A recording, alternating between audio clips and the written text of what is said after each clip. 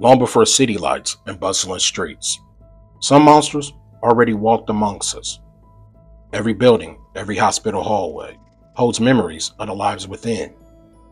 My name is Don Mills, and this is Serial Monsters, where we don't sensationalize evil, we uncover the history it left behind.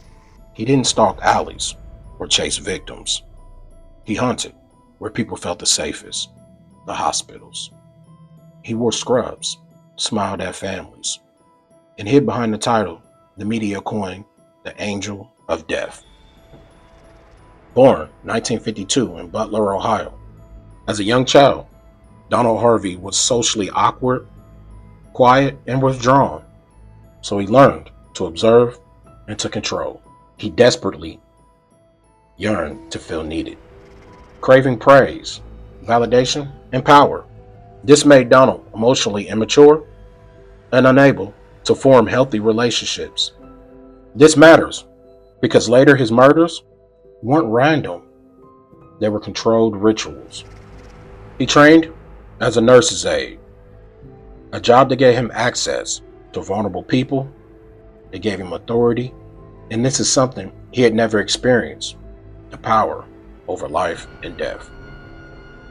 This is where his internal world started leaking into his reality.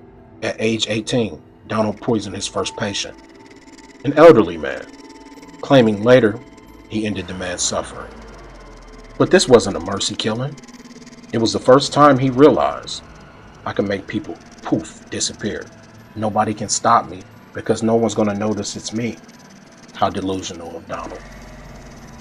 It is estimated during Donald Harvey's reign between 1970 and 1987, he unalived between 37 and 87 people. This is the realization that became his destiny and also became his addiction. Over the next decade plus, Harvey murdered dozens of patients in hospitals and nursing homes across Ohio and Kentucky. The methods used were arsenic, cyanide poisoning, insulin overdoses, suffocation, and even the mixing of poisons into the patient's food and drinks.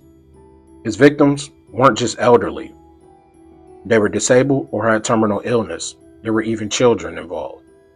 Everyone was a person who completely trusted Donald Harvey.